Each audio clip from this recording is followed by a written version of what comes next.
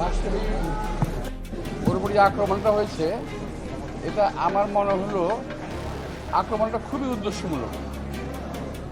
এটা আমার কাছে মনে হচ্ছে না যে এটা একটা মারামারির মধ্যে কিংবা পিটাপিটির মধ্যে ঘটনা ঘটে গেছে। আমরা তো জীবনে এই ধরনের বহু ঘটনা ফেস করেছি তো আমরা, এই ধরনের একটা অমানবিক মানে আঘাত ওর আমার মনে হয় গলার উপরের মাথার যে অংশটা এটা বোধ হয় ভিতরে কী অবস্থায় আল্লাহ বলতে পারে। আমি শুধু দেখলাম যে যেটা রক্তপাত দেখানো হচ্ছে মাঝে মাঝে নাক দিয়ে, তো অবস্থাটা খুব একটা ভালো আমার মনে হচ্ছে না।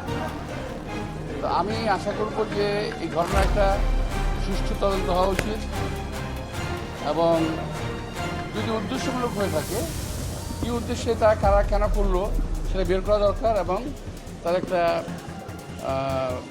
বিচার একটা হওয়া দরকার যদি উদ্দেশ্যমূলক হয়ে থাকে। তবে মারের যে ধরন যে প্রকৃতি দেখলাম এটা আমার মনে হয় না যে এটা খামাখাই হয়ে গেছে, এটা একেবারেই উদ্দেশ্যমূলক ছিল।